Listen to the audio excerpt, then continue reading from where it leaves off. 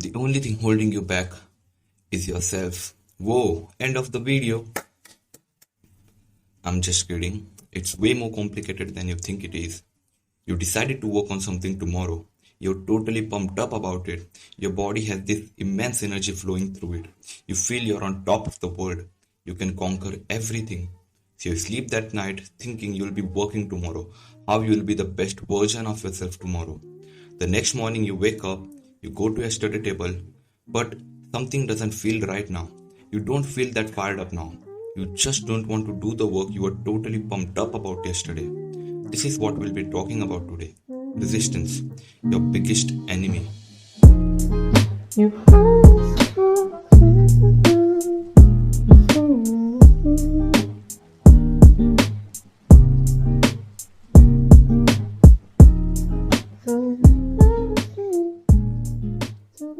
When I'm talking about resistance, I don't mean this.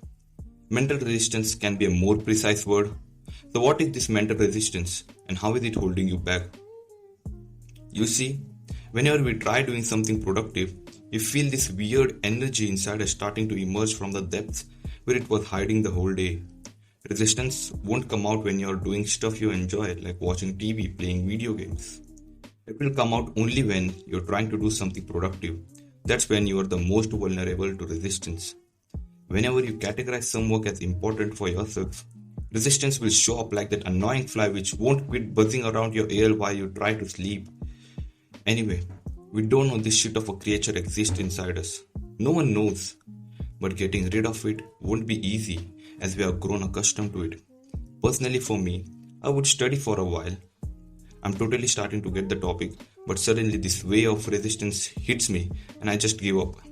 I know it's the same for your guys too. If you feel resistance, don't feel worried because everyone that has a body will feel resistance too. The biggest of the biggest stars will feel scared when trying to perform, even when they have been performing their entire lives. Resistance just won't go away. You know, Hitler wanted to be an artist.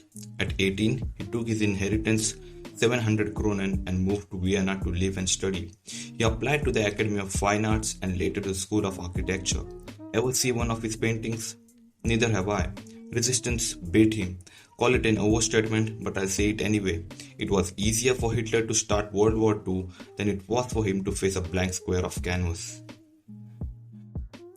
You may ask then, how are we supposed to get rid of it? But we can't. No one can. The best way to tackle this situation is by holding ourselves accountable for the time we waste procrastinating.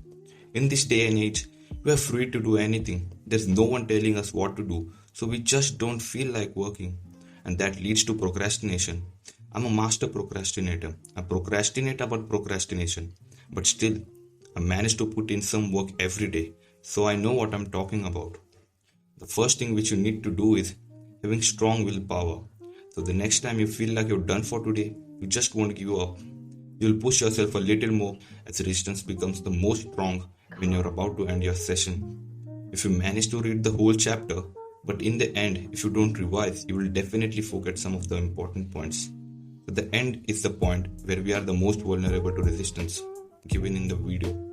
You can easily grow your willpower by following these steps. First being meditation.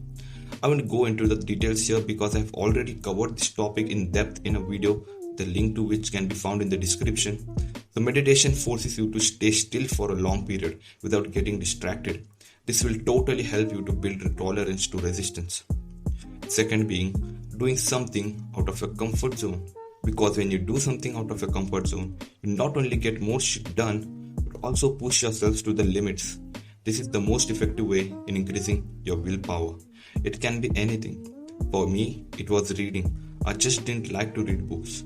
I could read articles, but when it came to books, I would read a chapter or so and never touch that book again. So I forced myself to complete one book every month. And the last one, this may sound a little crazy, but believe me, it helps.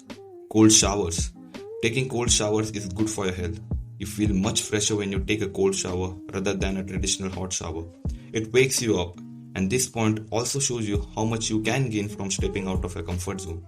And if you live in India, this is the best time to start taking cold baths because the heat becomes unbearable in this month. So guys, that was the video. I do plan on making a follow-up to this video where I discuss how to beat mental resistance. So consider subscribing and also press the notification button. You'll even get notified when I upload that video.